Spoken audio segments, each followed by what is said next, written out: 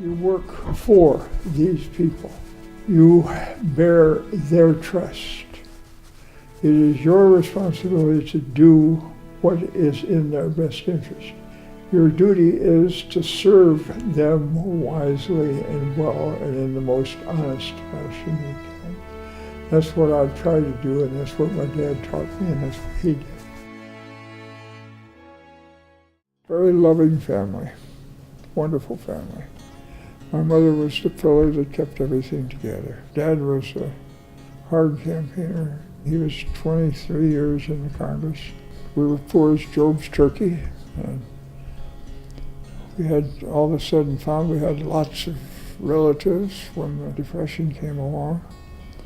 And Pop took them all in. We fed them and gave them a place to sleep. When Dad ran for Congress, he borrowed $4 that I had found walking around on the streets. Gave him that. I never saw it again. Ours was a political family. I was 5 years ranger, 4 of them at Rocky Mountain National Park. It was a wonderful, wonderful job. It was where I learned about conservation, and I decided what I was going to do. I am very proud of what I have been able to do. I've saved refuges all up and down the Detroit River.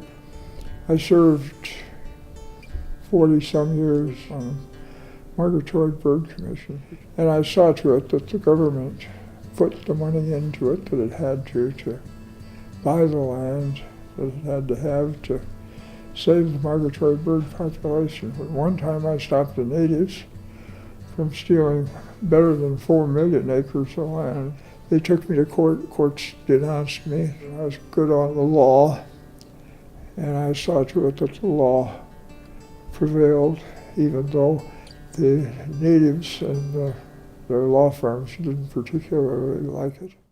I saved the outdoors so that when somebody's got a decent place to live or to fish or to hunt or to go sleep under a tree, he can do it.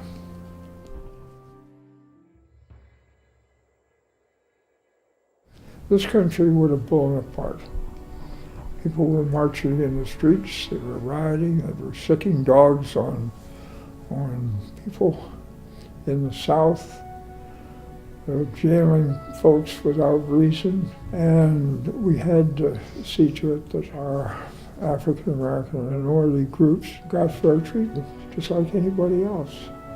And that the test wasn't the color of your hide or the things that you did, it was were you a citizen?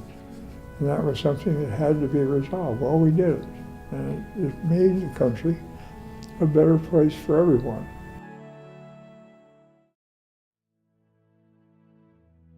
I woke one morning, and Debbie was laying next to me, and I said, honey, I can't take this anymore. I can't take some of these crack brains that I have to associate with on the Hill. And I can't tolerate the way they're disregarding the Constitution and the proper making of laws. I had to say goodbye to certain friends. Why? What certain friends are like? I think that's sufficient.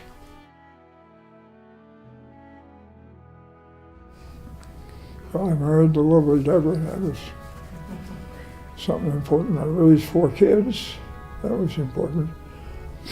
I served the people in the 15th district, the 16th district, and the 12th district. I took good care of them. I sponsored probably more conservation legislation and accomplished more, did more for the consumers, did more for protecting the auto industry and the industry of the state of Michigan and our people here.